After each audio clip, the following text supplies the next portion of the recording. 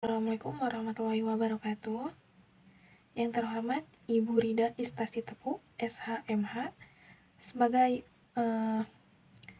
dosen pengampu hukum pidana, saya Delia Nur Anissa akan sedikit mempresentasikan atau menjelaskan tentang residif, yaitu pengulangan tindak pidana di Indonesia. Apa itu residivis?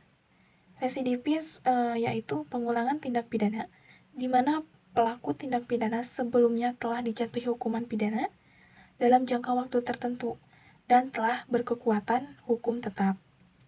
Residif merupakan salah satu dasar dalam pemberatan pidana. Residif tidak dikenakan semua kejahatan, tetapi terjadi pada kejahatan tertentu yang disebutkan dalam pasal 486, 487, dan 488 KUH. Nah, di luar kelompok kejahatan tersebut ada beberapa tindak pidana khusus. Misalnya pada pasal 216 ayat 3, pasal 489 ayat 2, 495 ayat 2, dan seterusnya. Tindak pidana lain yang tidak disebutkan maka tidak dapat terjadi residif. Menurut pasal 486, 487, dan 488, pemberatan pidana dapat ditambah 1/3 ancaman maksimal pidana. Nah, di dalam KUHP tidak mengenal adanya general residif.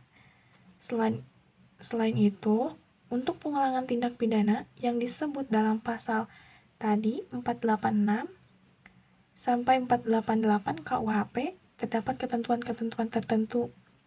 Yang pertama, terpidana telah menjalani seluruh pidana yang dijatuhkan. Yang kedua,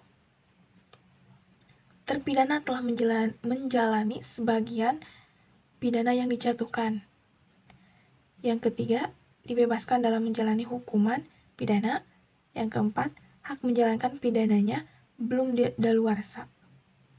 Yang kelima, yang terakhir, kejahatan pengulangan dilakukan dalam waktu belum lewat 5 tahun sejak terpidana menjalani pidananya. Kesatu yaitu residif umum atau algemen residif atau general residif, di mana residif umum ini terjadi apabila seseorang telah melakukan delik, kemudian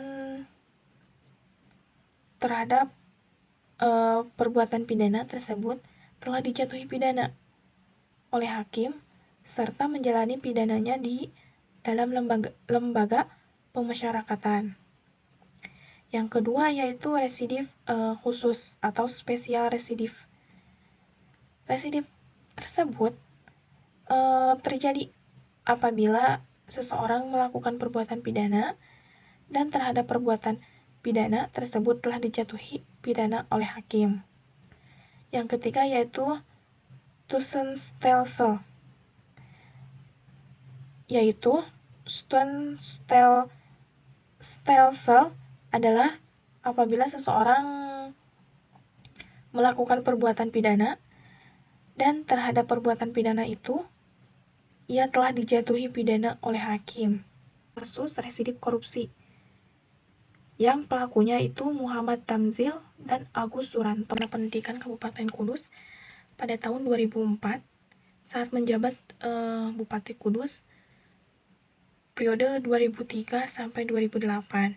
Jabatan di Pemkab Kudus, mereka terendus KPK dan berhasil menangkap tangan keduanya setelah menerima sogokan 250 juta.